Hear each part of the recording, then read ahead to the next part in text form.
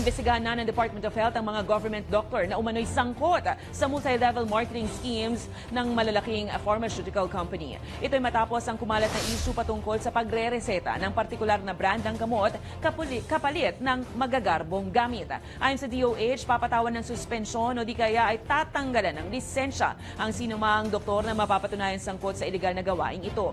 Pinaalalahanan rin ng ahensya publiko na obligado ang mga doktor na ilagay sa kanilang reseta ang generic name ng mga inirerekomendang gamot sa mga pasyente. Kamakailan ay nabulgar ang issue ng kumpanyang Belkens Pharma na nagbibigay umano ng malaking komisyon sa mga doktor para magreseta ng tanging kanilang mga gamot kapalit ang magagarbong regalo.